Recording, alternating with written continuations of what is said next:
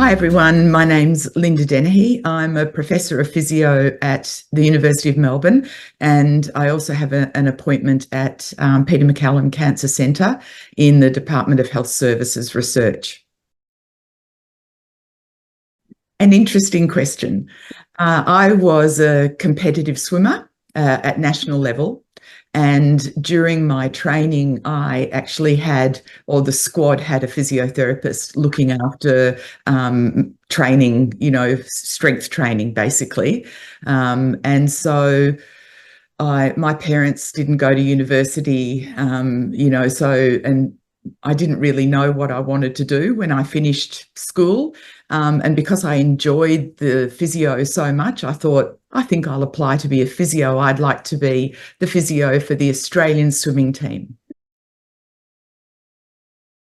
So I didn't really become the physio for the Australian swimming team, and in fact went into the complete opposite area of physio, which is cardiorespiratory physio, and worked with really acute patients in thoracic surgery and in the ICU. So couldn't be much further from sports physio. I think from my point of view, there are a couple of things I'm really proud of. And one of those is my mentorship. I've mentored over 40 physio research high degree students, and a lot of those have gone on to become outstanding researchers in their own right. And I'm very proud of that.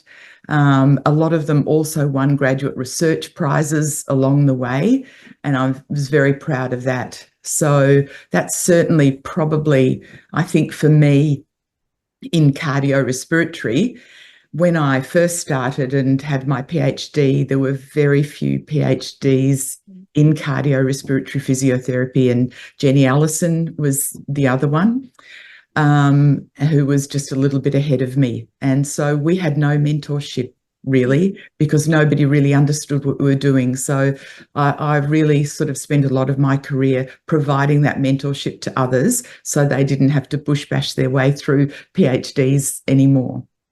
I guess the other thing I'm really proud of is my work in the ICU, because in 2007, I had this vision along with my colleague, Sue Burney, to introduce rehabilitation in the ICU rather than only airway clearance, which is really that was all we did in those days and many decades before. And we, in 2007, won an NHMRC grant. It was the first one for a cardiorespiratory physio. And we actually did some work in a big randomized trial, big in those days, randomized trial around rehabilitation. And while the results weren't outstanding, we didn't really have any major differences. What really that did, and that trial and its publication stimulated and really pioneered the introduction and use of rehabilitation interventions for patients in the ICU. And it was taken up worldwide by clinicians. So, one of the clinicians in Canada who's just been working on cycling in the ICU, clinicians in the UK working on rehab and so forth. And there was none of that had really happened, certainly not in Australia, before that early time. So really proud of my mentorship and also how I've really sort of shaped another area of physiotherapy across the decades. Discussion with patients, and how discussion with a consumer who's actually been through a prehabilitation program early on really helped me to decide, how important it was to empower patients and to help them to help themselves with their treatment. And I think that sort of underpinned my interest in prehabilitation to very early on hear patients say, that education made a huge difference to me going for this major surgery. And so I think that, responses and evidence obviously make a difference, but I think what probably hits home to me is around listening to consumers and the satisfaction that you can give in a specific area and how you can shape and help them. I love being a physio. I've always loved the profession. And I think, as I said, I think it's the close contact with patients. Physios, certainly in the acute space, are often the people that spend more time with a patient than the nurses who change and the doctors who, come in and out on ward rounds.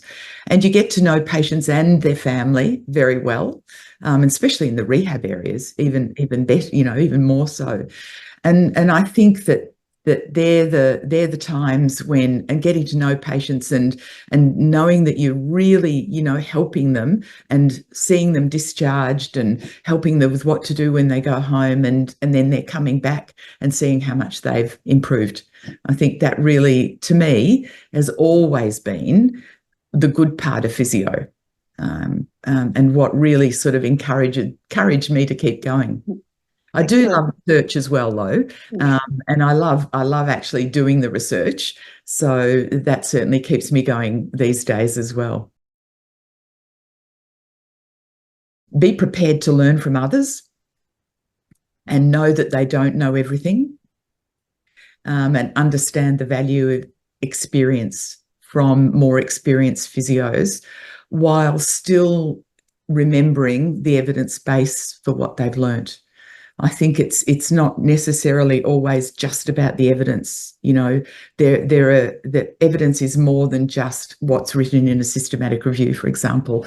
There's that experiential part of the evidence, and I think that that's really important, and I think new graduates need to remember that it's important. I think also I would like new graduates to learn to speak up and advocate for their profession. I don't think as physios we do it well enough or often enough. And so, if educational institutions can actually put some, those sorts of business and things in about the profession, learning about the profession and learning about how to advocate, I think our profession will be better in the future. I think I've read somewhere that after you've been a physio for about 7 years, you kind of forget all the evidence, and you just work on your experience. So, I really recommend, and certainly it happens in public hospitals, for physios who've been a physio for a fair while to keep up with their evidence. So journal clubs are really important for that, and are often run, and if they don't, to organise the journal clubs and to be a really good consumer of evidence, to keep up to date, because things do change and new things come along. Doesn't mean we have to, sort of put away the baby with the bathwater sort of thing, but I think it's important for them to keep up to date, and it's also important for them to think about mentoring more junior colleagues in our profession. So I think sometimes we're a bit hard on each other, certainly in reviewing journal articles. I think that physios are pretty tough on physios. So I think really important to mentorship, and to keep up with the evidence. I love the bias, the scales. I mean, so I know in education, we teach our students at Melbourne University how to use PEDro. It's part of their research and evidence subject. And we've just been organising their capstone subject, and I had a group of students and they were using the PEDro scale. They knew, how to measure things. I think it's really important. It's also an important searching resource.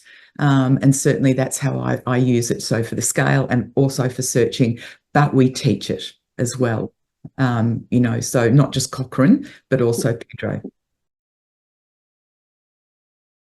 It's a really great resource for them to keep up to date, isn't it? Especially on physiotherapy trials, and systematic reviews and so forth. So absolutely, I think that they, if they're not sure, if there's anything written about, something they're doing, they could search the website. And I think that's a really good resource. Absolutely.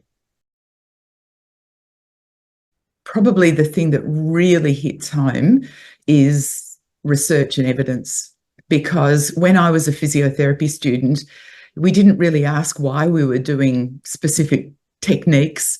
And then when I was a a teacher in the clinical setting and students asked me, I didn't really know the answer to why we did it this way or why should we do it, that way. So I think physiotherapists they really sort of started working out evidence and working on research, and that research has grown, the evidence base has grown, and I think the evidence base that we now use for physio is the biggest change, I think.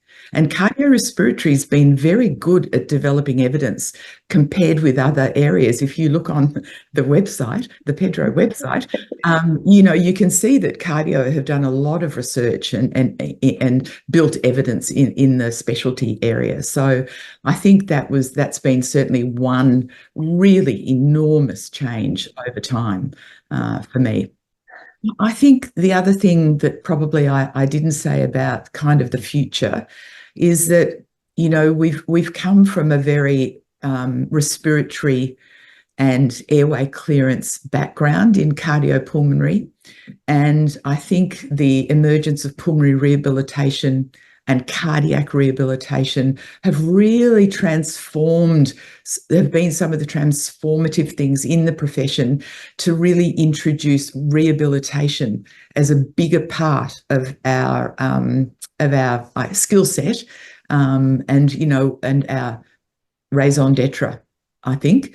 And I think it's changing still. So I think that there's a much greater emphasis on exercise generally in all areas. For example, in stroke, the role of physical activity and exercise is really growing in that area, and not specific, skills around how we manage a stroke patient or how we manage a cardiorespiratory patient. So I think the growth of exercise and rehabilitation and the use of digital-based strategies, so apps, telehealth, and I know this is a bit COVID-driven. Apps were coming in, though, before COVID, but certainly, video conferencing and use of telehealth to provide rehabilitation and so forth has been and will be into the next 5 to 10 years a growing area of physio.